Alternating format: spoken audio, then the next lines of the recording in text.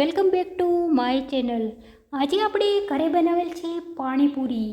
જ્યારે કોઈ વાર હોય, તહેવાર હોય કે પાર્ટી હોય તો પાણીપુરી બનાવવી ઇઝી છે અને નાનાથી માંડીને મોટા સુધી પાણીપુરી ખાવાનું હર કોઈ પસંદ કરે છે।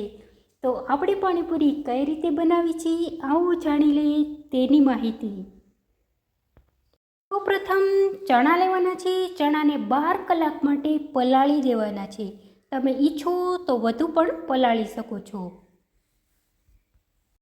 એ સિવાય આપણે બટેટા લેવાના છે અને ચણા અને બટેટાને આપણે બાફી લેવાના છે।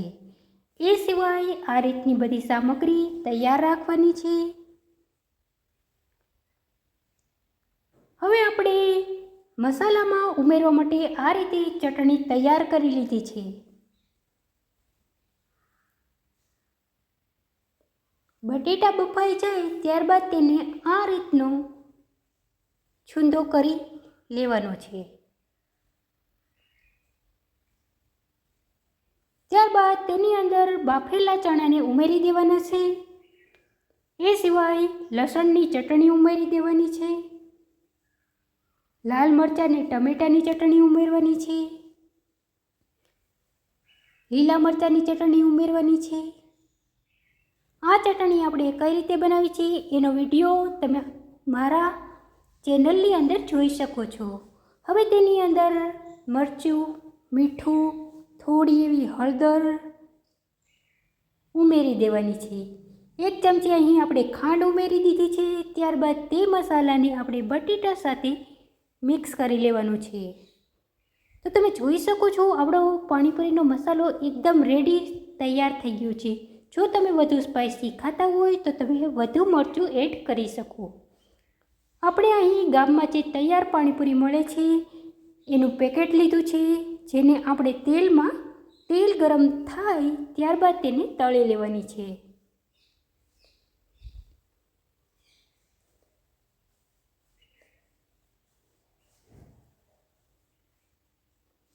આ રીતે આપણે એક પછી એક પાણીપુરીને તળી લેવાની છે।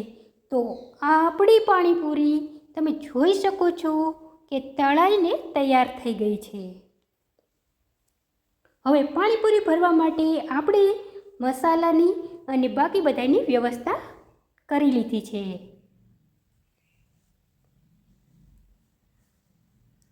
તો આપણે અહીં એક એક પૂરી લેતું જવાનું છે અને તેમાં કાણું પાડી અને આ રીતે મસાલો ભરી લેવાનો છે।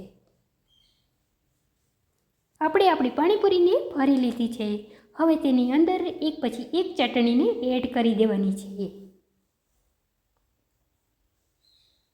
તો ત્યારબાદ તેના ઉપર સેવ ઉમેરી દેવાની છે। તમે ઈચ્છો તો આના પર ડુંગળી ઉમેરી શકો। અહીં આપણે ડુંગળી પણ ઉમેરી છે। તૈયાર છે આપણી પાણીપુરી। તો તમને મારો વિડીયો કેવો લાગ્યો? જો તમને મારો વિડીયો પસંદ આવ્યો હોય તો મારા વિડીયોને લાઈક કરી દેજો। હવે આપણે બનાવશું પાણીપુરી માટેનું પાણી। તો સૌપ્રથમ આપણે અહીં 2 ગ્લાસ પાણી લીધું છે। ત્યારબાદ તેમાં લીલા મરચાંની ચટણી, લાલ મરચાંની ચટણી, ખાંડ, થોડો એવો બટેટાનો અને ચણાનો મસાલો, ધાણા જીરું પાવડર, મરચું પાવડર, મીઠું ઉમેરી દેવાનું છે। ત્યારબાદ તેમાં આપણે થોડું લસણનું પાણી પણ ઉમેરી દેવાનું છે। હવે તેમાં થોડા ધાણા ઉમેરી અને મસાલાને હલાવી લેવાનું છે। તમે જોઈ શકો છો કે આપણું પાણીપુરીનું પાણી બિલકુલ તૈયાર થઈ ગયું છે। જે ગામમાં મળે છે એ રીતનું જ આપણું પાણી બન્યું છે। તમને મારો પાણીપુરીનો વિડીયો પસંદ આવ્યો હોય તો મારા વિડીયોને લાઈક કરી દેજો, શેર કરી દેજો, મારી ચેનલને સબસ્ક્રાઈબ કરી દેજો। Thank you.